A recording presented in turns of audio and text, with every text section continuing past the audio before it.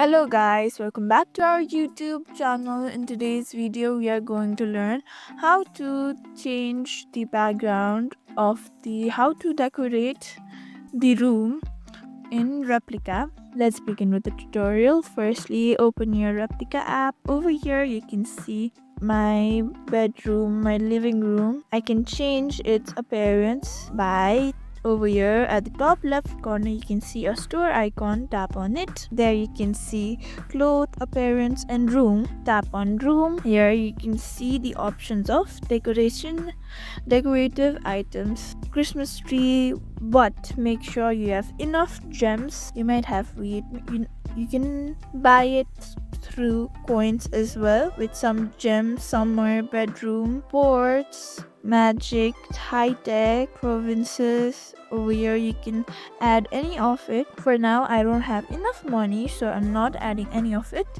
You can always buy any one item and add decoration to your AI room. Thank you for watching this video. Make sure you like, share, and subscribe to our YouTube channel for more such content.